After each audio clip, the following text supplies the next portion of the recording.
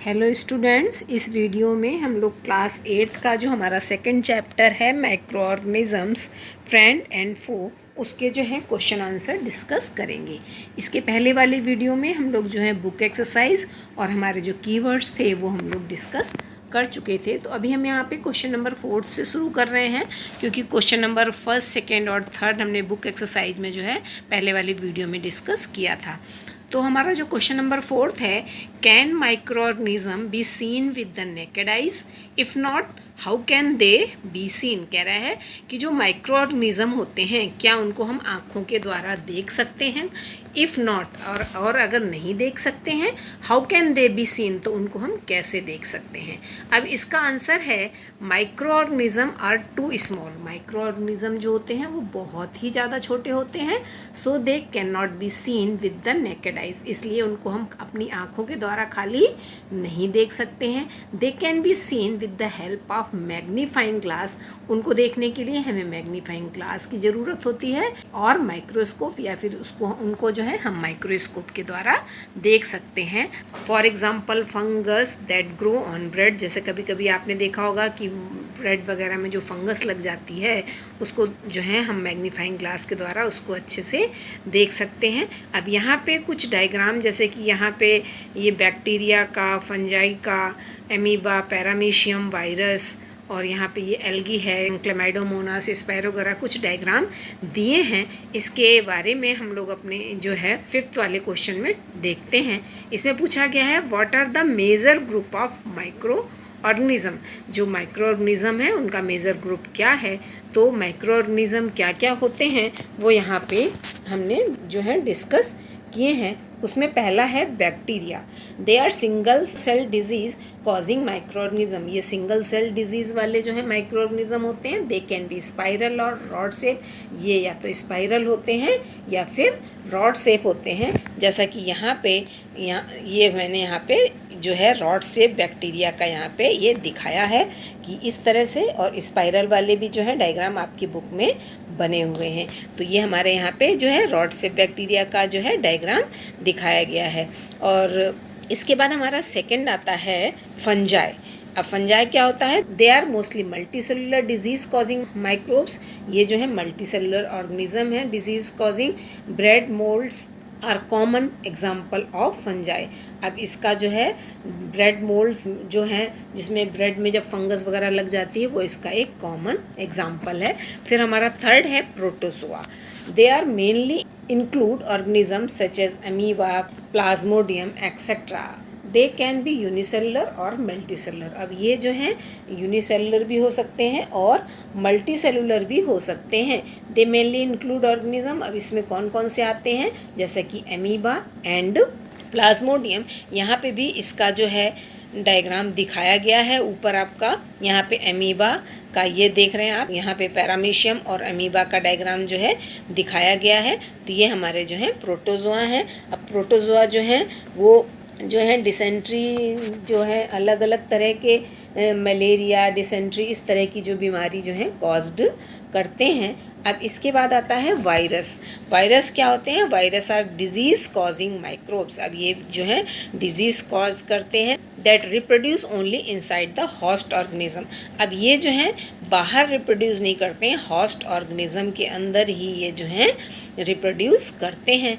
Virus का भी यहाँ पे जो है ऊपर मैंने डायग्राम दिखाया हुआ है। ये जो है यहाँ पे ये वायरस का डायग्राम है, और ये सारे डायग्राम जो है आपकी बुक में भी बने हुए हैं, वहाँ से भी आप लोग इसको देख सकते हैं। तो अब इसके बाद आता है algae. They include multi cellular photosynthetic organism such as spirogyra and chlamydomonas. अब ये कैसे होते हैं, मल्टी सेलुलर होते हैं, फोटोसिंथेटिक ऑर्गेनिज्म होते हैं, और इसका एग्जाम्पल है स्पायरोगारा एंड क्लेमाइडोमोनास। और यहाँ पे दिखाया गया है स्पायरोगारा है ये, और यहाँ पे क्लेमाइडोमोनास है। तो ये इस तरह के यहाँ पे इसमें डायग्राम दिखाए गए हैं। तो ये अभी हमने यहाँ पे बता दिया कि कितने कौन कौन से जो है इनका ग्रुप क्या है माइक्रो ऑर्गेनिज्म का। तो माइक्रो ऑर्गेनिज्म जो है bacteria, fungi, protozoa, virus, algae, ये सारे हमारे माइक्रो ऑर्गेनिज्म हैं। अब हमारा 6th क्वेश्चन आता है, name the micro organism which can fix atmospheric nitrogen into the soil. अब कह रहा है कि ऐसे माइक्रो ऑर्गेनिज्म का नाम बताना है which can fix atmospheric nitrogen, जो हमारी नाइट्रोजन एटमॉस्फेयर की जो नाइट्रोजन है वो जो है सॉइल में उसका फिक्सेशन जो करते हैं वो कौन से ऑर्गेनिज्म होते हैं। जो एटमॉस्फेयर की जो नाइट्रोजन है उसको सॉइल में उनका फिक्सेशन जो है कौन से माइक्रो ऑर्गेनिज्म करते हैं, ये इसमें यहाँ पे बताना है। तो इसका आंसर है bacteria such as rhizobium and certain blue green algae. कह रहा है कि जो राइजोबियम बैक्टीरिया है और जो ब्लू ग्रीन एल्गी जो है सॉइल में ये प्रेजेंट होते हैं, कैन फिक्स एटमॉस्फेरिक नाइट्रोजन, ये जो है एटमॉस्फेयर में जो नाइट्रोजन प्रेजेंट होती है उसको फिक्स करते हैं and convert it into usable nitrogenous compound, और उसको जो है उस नाइट्रोजन को नाइट्रोजनस कंपाउंड में कन्वर्ट कर देते हैं। क्योंकि ये वाली जो नाइट्रोजन होती है एटमॉस्फेयर की, इसको जो है प्लांट एज इट इज़ नहीं ले सकते हैं, तो उससे जो है नाइट्रेट के फॉर्म में, अमोनिया के फॉर्म में या नाइट्राइट के फॉर्म में जो है ये कंपाउंड बना लेते हैं। दीज नाइट्रोजनस कंपाउंड, और ये जो नाइट्रोजनस कंपाउंड होते हैं can be easily utilized by the plant, और इनको जो है प्लांट जो है इजीली एब्जॉर्ब कर लेते हैं for the synthesis of plant protein and other compound, जो कि प्लांट प्रोटीन के सिंथेसिस में और दूसरे कंपाउंड को बनाने में काम में आते हैं। तो अब हमारा क्वेश्चन नंबर 7th है, write 10 lines on the usefulness of micro organism in our lifes. कह रहा है कि ये जो माइक्रो ऑर्गेनिज्म होते हैं उनका हमारी लाइफ में क्या यूज़ है, उसकी 10 लाइन्स लिखनी है। तो यहाँ पे हमारा आंसर है, micro organism are too small to be seen through naked eyes. Micro organism जो होते हैं वो बहुत ही ज़्यादा छोटे होते हैं इनको कि हम अपने नेकेड आइज से नहीं देख सकते हैं। However they are vital to plant and the environment. तो और ये जो हैं हमारे they are vital to plant and the environment, और ये जो माइक्रो ऑर्गेनिज्म है ये प्लांट और एनवायरनमेंट के लिए जो है बहुत ही ज़्यादा ज़रूरी होते हैं। इसका फर्स्ट है, lactobacillus is used to form curd from milk. अब ये जो लैक्टोबैसिलस है is used from curd, lactobacillus is used to form curd from milk. अब जो मिल्क से जो कर्ड बनता है वो ये जो है लैक्टोबैसिलस के द्वारा बनता है। अब हमारा जो दूसरा है micro organism, rhizobium present in the root. अब ये जो राइजोबियम है ये जो है रूट में प्रेजेंट होते हैं। रूट ऑफ पल्सेस, किस में प्रेजेंट होते हैं ये rhizobium present in the roots of pulses plant. जो पल्सेस प्लांट होते हैं, जो कि पल्सेस प्लांट होते हैं उसमें ये राइजोबियम जो है प्रेजेंट होते हैं। फिक्स नाइट्रोजन फ्रॉम एयर, ये हमारी जो एयर में नाइट्रोजन होती है उसको फिक्स कर देते हैं, फिक्स करने का काम करते हैं। एंड सप्लाई नाइट्रोजनस कंपाउंड, और जो है एटमॉस्फेरिक की जो नाइट्रोजन है उसको जो है नाइट्रोजनस कंपाउंड में कन्वर्ट कर देते हैं टू द पल्सेस प्लांट, जिसको कि जो प्लांट है उस कंपाउंड को, जो कि हमारे अमोनिया, नाइट्राइट और नाइट्रेट के फॉर्म में ये कंपाउंड्स होते हैं, उनको ये आसानी से ले सकते हैं। तो यहाँ हमने देखा कि लैक्टोबैसिलस और ये जो राइजोबियम माइक्रो ऑर्गेनिज्म थे ये हमारी लाइफ में किस तरह से यूज़ में आते हैं। अब थर्ड पॉइंट है, micro organism are also used in wine making, baking, pickling and other food making process. अब जो ये माइक्रो ऑर्गेनिज्म है, जो वाइन बनाई जाती है, बेकिंग वगैरह, ब्रेड वगैरह बनती है, पिकल्स जो बनते हैं, उन सब में भी जो है इनका यूज़ होता है। अब 4th नंबर में एल्कोहलिक फर्मेंटेशन बाय ईस्ट। जो एल्कोहलिक फर्मेंटेशन जो कि ईस्ट के कारण होता है, east is widely used in the preparation of wine and bread. जो कह रहा है कि 4th नंबर पे क्या है, एल्कोहलिक फर्मेंटेशन बाय ईस्ट।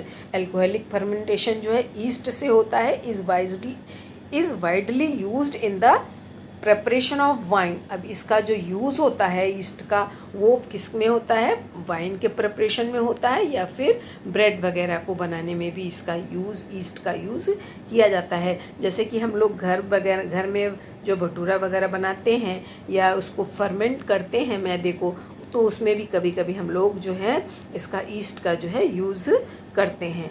तो इसके बाद हमारा 5th नंबर पे है microbes are use to reduced pollution. अब जो माइक्रोब्स होते हैं वो हमारे पोल्यूशन को भी रिड्यूस करते हैं, मतलब पोल्यूशन को कम करते हैं।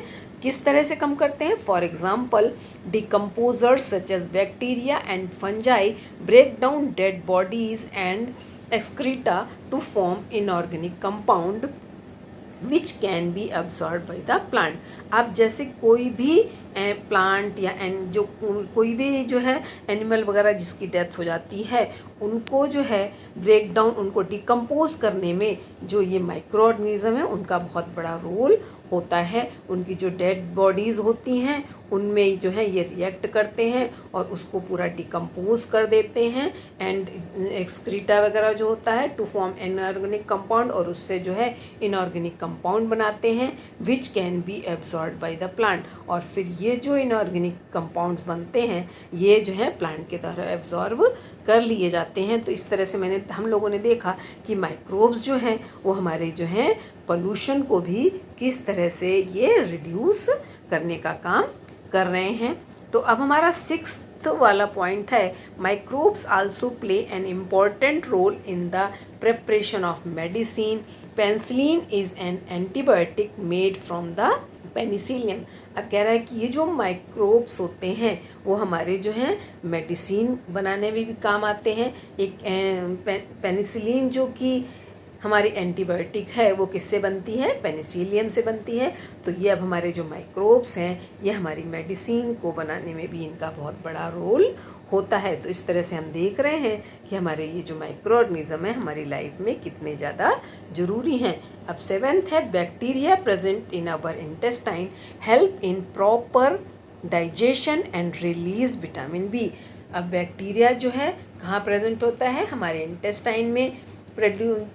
Bacteria present in our intestine, bacteria हमारे इंटेस्टाइन में जो है प्रेजेंट होते हैं। हेल्प इन प्रॉपर डाइजेशन, जो कि हमारे डाइजेशन को जो है ठीक करते हैं एंड रिलीज विटामिन बी, और जो है विटामिन बी को रिलीज़ करते हैं विच एब्जॉर्ब बाई इंटेस्टाइन, जो कि इंटेस्टाइन के द्वारा एब्जॉर्ब की जाती है। अब 8th नंबर पे है many vaccines are prepared from micro organism. अब जो है किसी भी जैसे कि कोई भी बीमारी होती है उसकी रोकथाम के लिए हमको जो है पहले से वैक्सीन दे दी जाती हैं जिससे कि वो बीमारी हमको जो है फ्यूचर में कभी ना हो। तो जो ये बहुत सारी जो वैक्सीन हैं वो जो है वो भी माइक्रो ऑर्गेनिज्म के द्वारा जो है तैयार की जाती हैं। These vaccine are given to the children to protect them from disease. और ये जो वैक्सीन्स होती हैं ये जो है बच्चों को छोटे पर ही दे दी जाती हैं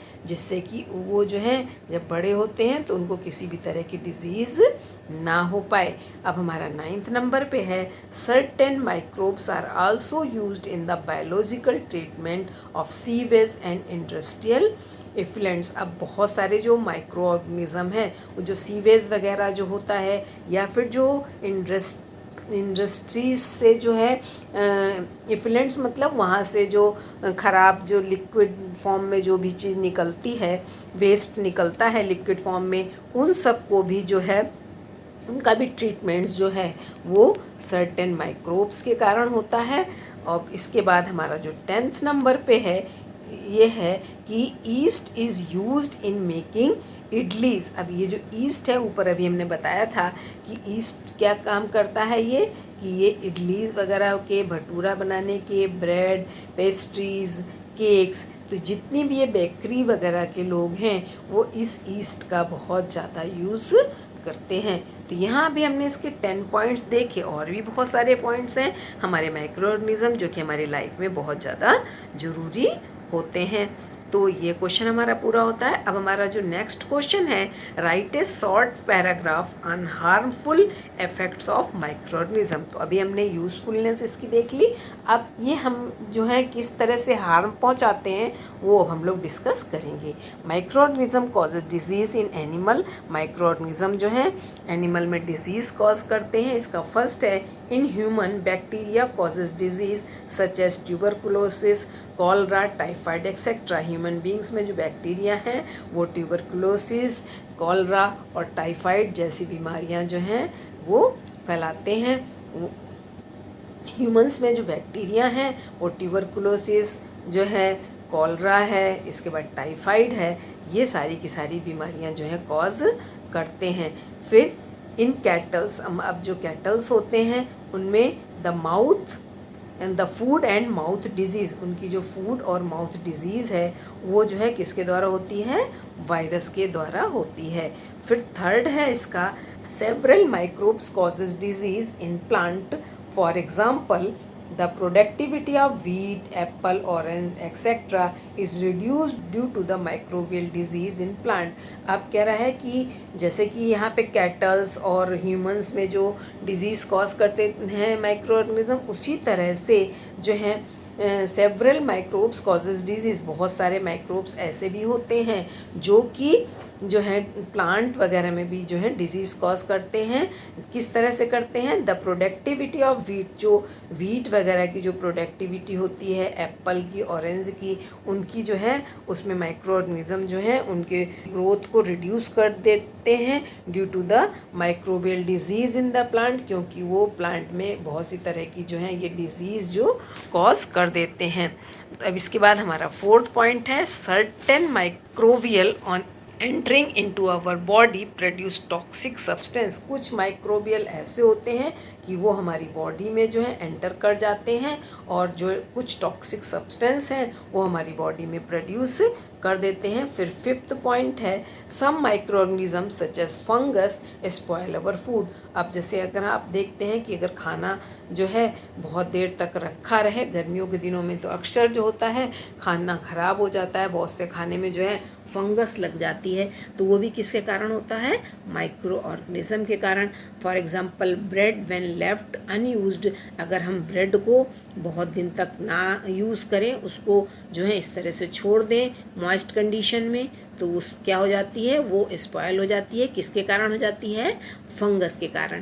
प्रोड्यूसिंग ए वाइट कॉटन लाइक ग्रोथ, उसमें जो है हमको वाइट कॉटन की तरह की जो है ग्रोथ दिखने लगती है और जिसके कारण कि जो ये ब्रेड है ये हमारी ख़राब हो जाती है। तो ये जो वाइट कलर की जो इसमें ग्रोथ दिखती है ये क्या होती है, फंगस होती है। अब हमारा 9th क्वेश्चन है, व्हाट आर एंटीबायोटिक्स। अब कह रहा है ये जो है एंटीबायोटिक्स क्या होते हैं।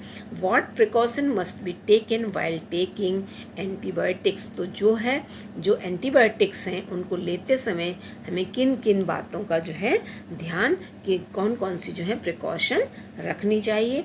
तो इसका आंसर है, antibiotics are medicines produced by certain micro organism. Antibiotics जो हैं एक तरह की जो हैं वो क्या हैं, मेडिसिन्स हैं, जो कि किससे बनाई जाती हैं, कुछ माइक्रो ऑर्गेनिज्म के बनाई जाती हैं to kill other disease causing micro organism, जिसके द्वारा जो है जो दूसरे डिजीज़ कॉजिंग माइक्रो ऑर्गेनिज्म हैं उनको ये एंटीबायोटिक किल कर देती हैं।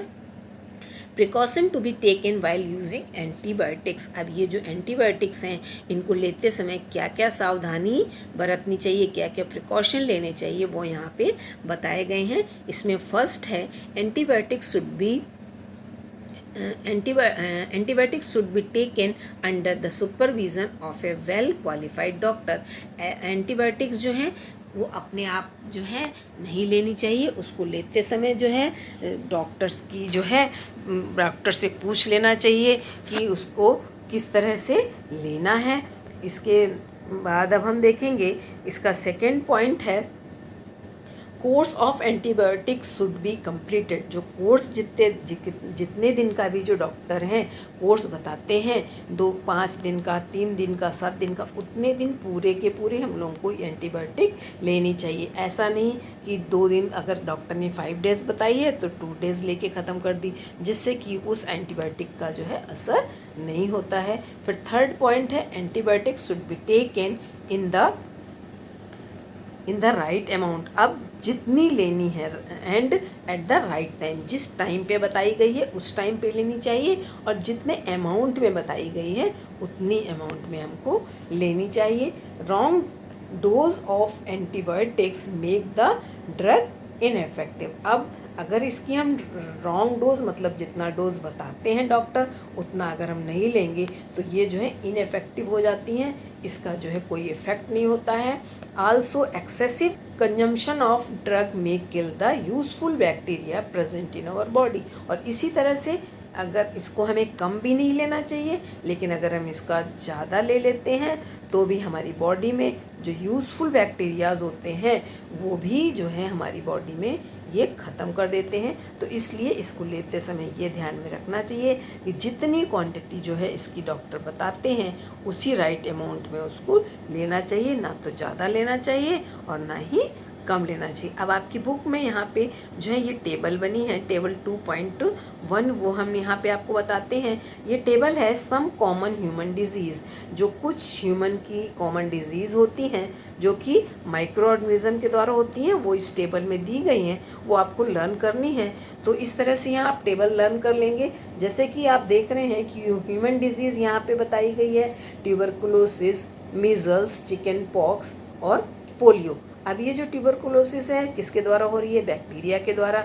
मीजल्स, चिकन पॉक्स और पोलियो ये सब वायरस के द्वारा हो रहे हैं।